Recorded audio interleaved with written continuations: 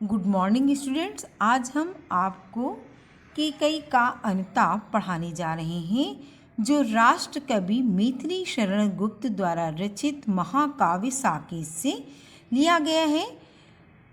केकई का अनुताप पढ़ने से पूर्व मैथिली शरण गुप्त के जीवन परिचय से संबंधित कुछ महत्वपूर्ण बातों के बारे में जान लें। मैथिली शरण गुप्त जी का जन्म मैथिली शरण गुप्त जी का जन्म चिरगांव जिला झांसी में 3 अगस्त सन 1886 में हुआ था। बाल्यकाल से ही इन्हें काव्य रचना में रुचि थी। महावीर प्रसाद द्विवेदी की प्रेरणा से इन्होंने खड़ी बोली में रचनाएं करना प्रारंभ किया। इनकी कविताएं देशभक्ति से परिपूर्ण थीं। भारती का ये साधक 1964 ईस्वी में गोलोकवासी हो गया। गुप्त जी ने अनेक रचनाएं लिखी हैं, जिसमें इनका महाकाव्य साकेत, जयद्रथ वध, भारत भारती, अनग, पंचवटी, यशोधरा, द्वापर, सिद्धराज आदि हैं। इनकी भाषा सरल, शुद्ध, परिष्कृत, खड़ी बोली है। यहाँ पर द्विवेदी जी का जीवन परिचय समाप्त होता है। आइए देखते हैं साकेत महाकाव्य से लिया गया काव्यांश केकई का अनुताप।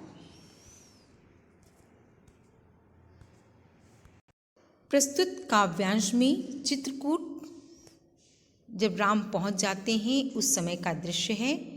वनवासी राम को मनवाने के लिए भरत और भरत के साथ अयोध्यावासी आते हैं। उस समय सभा का आयोजन किया जाता, उस सभा का यहाँ पर वर्णन किया गया है।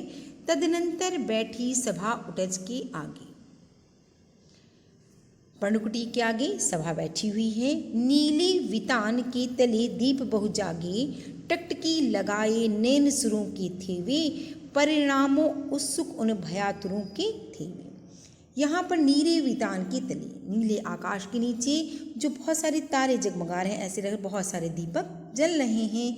टकटकी लगाए नैन सुरों के थे वे, और ऐसा लग रहा था देवता उन नक्षत्र रूपी नेत्रों के द्वारा इस धरती के परिणामों को जानने के लिए उत्सुक हैं और भय से भयभीत है कि कहीं ऐसा न हो भरत जो है राम को मनाने में सक्षम हो जाएं और हमारे द्वारा जो इतना श्रम किया गया है उनको वन लाने के लिए वो व्यर्थ जाए और राक्षसों का वध न हो पाए। प्रफुल्ल करौंदी कुन वायु में रह रहकर, करौंदी चारों ओर फूली हुई है और उससे मंद मंद महक आ रही है, जिसकी महक से वहाँ के लोगों का शरीर पुलकित हो रहा है। वो चंद्रलोक था, कहाँ चांदनी ऐसी, वो चंद्रलोक था, वहाँ चांदनी ऐसी दिख रही थी जैसे पूरा चंद्रलोक ही यहाँ धरती पर आकर उतर आया है। प्रभु बोले गिरा गंभीर गिर निध जैसी, और श्री रामचंद्र जी समुद्र से भी गंभीर वाणी में बोले।